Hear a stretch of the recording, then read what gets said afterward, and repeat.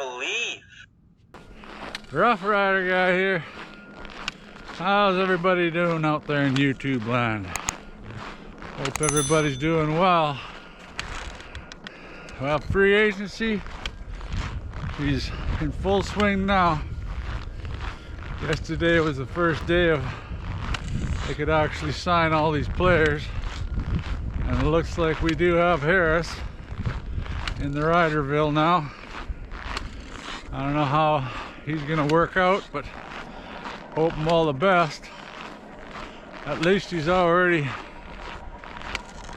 came to Saskatchewan and helped the Riders promote next season. O'Day did a pretty good job of shoring up the offensive and defensive lines with some free agents. But the offensive line has got a lot to choose from this year now so far.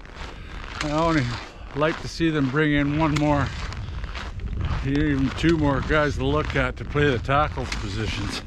A few new guys on the offensive line now.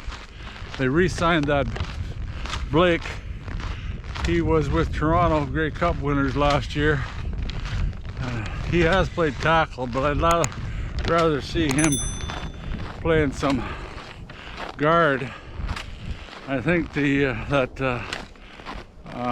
Johnson might be the odd guy out there. To me, he had struggled last season, and he was one of our guys that I think needed to replace. And Furlan wasn't too bad, but they obviously weren't all going together as best they could anyway. They had Clarkey hurt most of the year, and Bandy, he's still there, but they've brought in a new guy, another Canadian Godbar from the BC Lions, so I'm sure that'll be writing will be on the wall for Clark. Gave us 10 good years, that's for sure. He's a real rider. Hopefully one of these new guys that they've brought in at Hawkins, Potasi, and Tucker, I hope one of them can play the left tackle position. On right tackle, Richardson, he didn't actually do too bad last season. He wasn't our weak spot, as far as I could tell, until they put him over at left tackle, and he really struggled. But Dakota, he's a young guy, and I think he's got a lot of potential. And I'd still like him to find one more guy to bring into camp. You can bring in quite a few at camp. You can bring 80 players.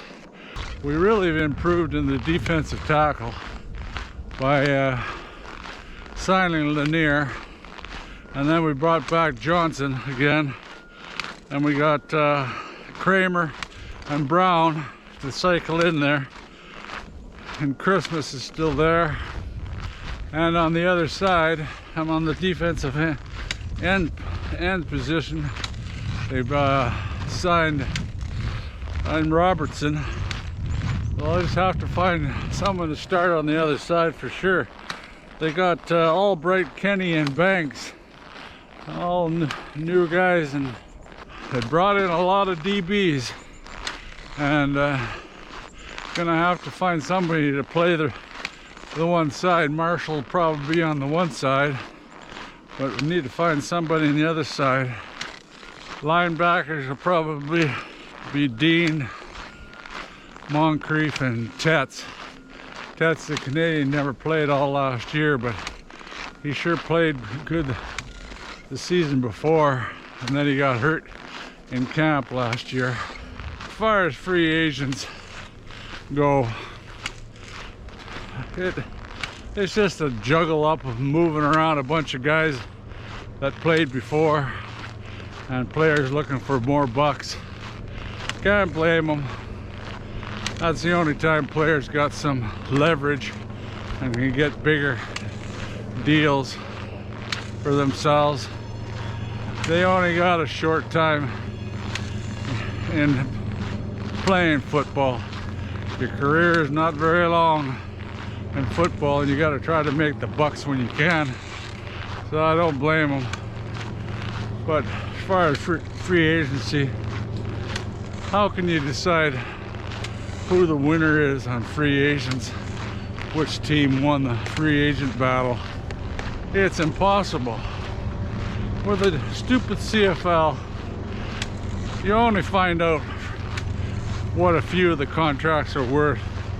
You know, they seem to hide all those figures from the public.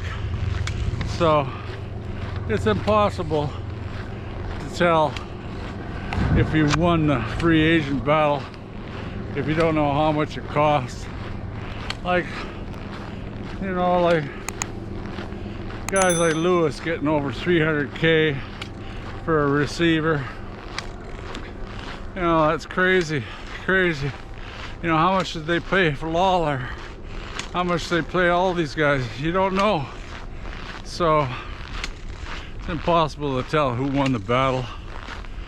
One thing about free agency this year, it seems that a lot of the players now are signing 2-year deals. And I think that's part and parcel of when you can get guaranteed money the next contract on your following years. So that's a good thing. You know, I hated those 1-year contracts, which a lot of them were in the CFL. But now a lot of these guys are signing 2-year deals, which is a good thing. One of the things that really made me laugh was Ambrosie and the CFL coming out the day of the free agents opening up.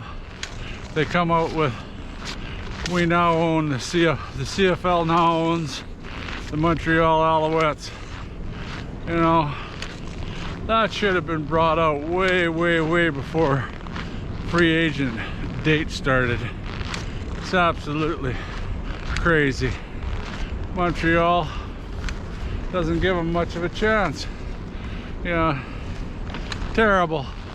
And then they say we've got a bunch of prospects from the Montreal area and Quebec area to buy the Alouettes. Well, they said that before too, and we ended up paying a whole pile of money to them to survive from other. We had to pay about $600K just for them to stay in the league. We're basically paying for them to take our free agents. Really don't make sense, does it? Ambrosie has a lot of different things. Looking for 10 teams and he's having a hard time keeping 9 going. Who we lost in the free agent this year from the Riders, none of them really bother me too much. Maybe McInnes, that'd be the only guy, because I like my Canadians, but we got a few Canadian receivers. Shake and bake, looks like he didn't get a deal in the NFL. I heard that he's getting some surgery done and he won't be in camp, but he'll be ready for the season. I hope that's true. But we lost Fajardo, Swerve, Moore we lost, McInnes, St. John. St. John, he was finally starting to come on, but Jonesy picked him up. I think Jones was the one that drafted him #1 overall in the first place. Lost that Tuck. Johnson, the linebacker. Evans we lost. And Duke Williams. Old Duke, I think he went to the right team. He's got Bo there. And Ticats picked up that Figueroa, the offensive tackle. Picked up a lot of good guys. But like I said, every team picked up a few good guys and let go some guys. It's impossible to tell who wins the free agent battle until the season starts. It'll all depend how these guys melt together, how your offensive line can communicate, how your defensive line can communicate, your defensive backs. It all has to be coordinated and they all have to get along and play together. That's the secret of a good team, is communication. And now you've got a whole pile of new guys to get this going. Coaches will have to be, the coaching will have to be strong. I can't wait for camp to start, and then things will start forming into who's going to be playing where. We'll have a few more guys more than this coming into camp.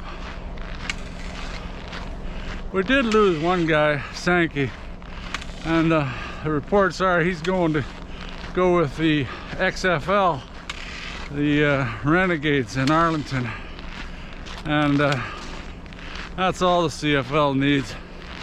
Another league draining our talent. You know, I can't see why he'd go down there, really. Weather closer to home, money is very comparable, because they said that he was offered $160,000 from the Riders, and he'll be hard pressed, as far as I can make out, how much they make in the XFL. I think it's around the, you know, 75, 80K mark with other incentives. But that's American money, less tax. I don't know. Maybe I'm wrong. There might be other deals they make, but I think he'd have made out better. Maybe he might, if the league survives, might make out with more exposure and make his way back into the NFL. But I don't know why he would do it. I really don't. He's got his reasons. I had a feeling he might be heading south.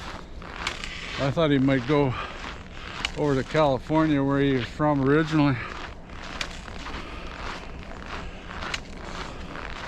Anyway, that's about all I gotta say for today. It'll be, oh, right in front of another squirrel.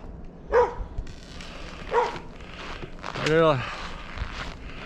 Comment down below. Hit the like or dislike. Subscribe to the channel. It really helps me out. And we'll talk to you soon. Go Riders, go.